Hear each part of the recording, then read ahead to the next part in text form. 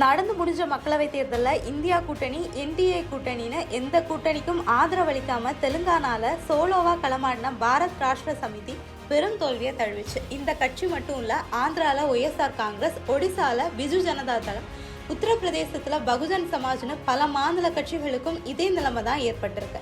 இதனால தமிழ்நாட்டில் மட்டும் எப்படி மாநில கட்சிகளான திமுகவும் அதிமுகவும் தேசிய கட்சிகளை மீறி களத்தை தீர்மானிக்கும் நிலைக்கு வளர்ந்தாங்கிறத ஆய்வு செஞ்சு அதை நடைமுறைப்படுத்த பாரத் ராஷ்டிர சமிதி கட்சி தலைவர்கள் களமிறங்கி இருக்காங்க. 2014 தெலுங்கானா தனி மாநிலமா பிரிக்கப்பட்டதை அடுத்து அந்த மாநிலத்தோட முதலமைச்சரா பதவியில் அமர்ந்தாரு சந்திரசேகர ராவ். தொடர்ந்து வந்த 2018 சட்டமன்ற தேர்தலையும் சந்திரசேகர ராவோட பாரத் ராஷ்டிர சமிதியை மாநிலத்தில் பெரும்பான்மையோட ஆட்சியை பிடிச்சிச்சு. 2 முறை முதலமைச்சராக இருந்திருந்தாலும் 2023 நடந்த சட்டமன்ற தேர்தலில் வெறும் 39 தொகுதியை மட்டுமே பெற்று அந்த கட்சி தோல்வியை சந்திச்சுது. காங்கிரஸ் கட்சி ஜெயிச்சு முதலமைச்சராக ரேவந்த் ரெட்டி ஆட்சிக்கு வந்தார். நடந்து முடிந்த மக்களவை தேர்தலையும் பாரத் ராஷ்டிர சமிதி கட்சியால் தோல்வியிலிருந்து மீள முடியல. மாநிலத்தில் மொத்தம் இருக்க 17 தொகுதிகளில் காங்கிரஸ் 8, பாஜக 8ன்னு ஜெயிச்சு அதிர்ச்சி கொடுத்துடுச்சு. எஞ்சிய ஒரு தொகுதியையும் அசாதுதீன் ஓவைசியோட கட்சி ஜெயிச்சிருச்சு. இதனால தனித்து கிளம்புறங்கின சந்திரசேகர ராவுக்கு பெரிய ஏமாற்றம் தான் மிஞ்சிருக்கு. இதை அடுத்துதான் இப்போ பாரத் ராஷ்டிர சமிதியோட எதிர்காலத்தை கருத்துல கொண்டு கட்சியை வேர்ல இருந்தே சரி செய்யும் முயற்சிகள்ல களமிறங்கி இருக்காரு சந்திரசேகர ராவ்.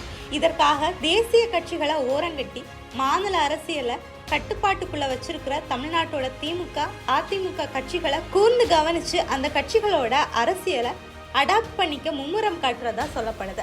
இந்த ஆய்வோட முதற்கட்டமா கடந்த ஆகஸ்ட் 11 மற்றும் 12ஆம் தேதிகளில் திருவள்ளூர் மற்றும் மேற்கு சென்னைக்கு உட்பட்டிருக்க மாவட்டங்கள்ல சுற்றுப்பயணம் மேற்கொண்டிருக்காங்க பிஆர்எஸ் முன்னாள் கொறடாவான பல்கா சுமன், முன்னாள் விளையாட்டுத்துறை சேர்மன் அஞ்சனேயலு கவுட் மற்றும் ரவீந்திர ரெட்டி உள்ளிட்ட தலைவர்கள். அதோட திமுக முக்கிய தலைவர்கள், திமுக அமைப்பு செயலாளர் RS பாரதி ஆகியோரை சந்திச்சு கட்சியோட செயல்பாட்டுகளை கேட்டறிஞ்சிருக்காங்க.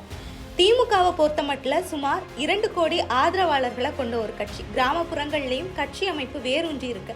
இதுக்கு கிராமம், தொகுதி, மாவட்டம் வாரியா மாதந்தோறும் 2 அல்லது 3 முறை கலந்தாலோசனை கூட்டங்கள் நடத்துவதுதான் உதவி இருக்கும்னு ஆய்வுக்கு வந்த பிஆர்எஸ் தலைவர்கள் நினைக்கிறாங்க. அது மட்டும் இல்லாம தமிழ்நாட்டுல 38 மாவட்டங்கள் இருக்குன்னா திமுகவை பொறுத்த வரைக்கும் 72 மாவட்டங்களா பிரிச்சு தொகுதி மற்றும் மாவட்ட வாரியா 23 கமிட்டிகளை அமைச்சு செயல்படுறதுனால அதன் மூலமா பல தரப்பட்ட மக்களையும் இணைக்க முடியுது. அது மட்டும் இல்லாம எல்லா கிராமங்கள்லயும் மகளிர் அமைப்பு, ஐடிவி, இளைஞர் அமைப்பு, மாணவர் அமைப்புகள் இருக்கு. இந்த அமைப்புகள்ல 10 உறுப்பினர்கள் கட்டாயம் இடம்பெற்றிருக்காங்க. இதன் மூலமா கிராமப்புறங்கள்லையும் களத்தை எளிதா அணுகுது திமுகன்னு கட்சி கட்டமைப்பையும் தீவிரமா ஸ்டடி பண்ணியிருக்காங்க. இப்படி இந்த ஆய்வுல தெரிஞ்சுக்கிட்ட விஷயங்களை பிஆர்எஸ் செயல் தலைவர் KT ராமராவுக்கு ரிப்போர்ட்டா சப்மிட் பண்ண இருக்காங்களாம் பிஆர்எஸ் தலைவர்கள். இந்த ரிப்போர்ட் படி கட்சியை சீரமைச்சு தேசிய கட்சிகளுக்கு டஃப் கொடுக்கிற ஒரு கட்சியா பிஆர்எஸ் மாற்றுவதுதான் சந்திரசேகர ராவ் மற்றும் KT ராமராவோட தற்போதைய இலக்கா இருக்கு.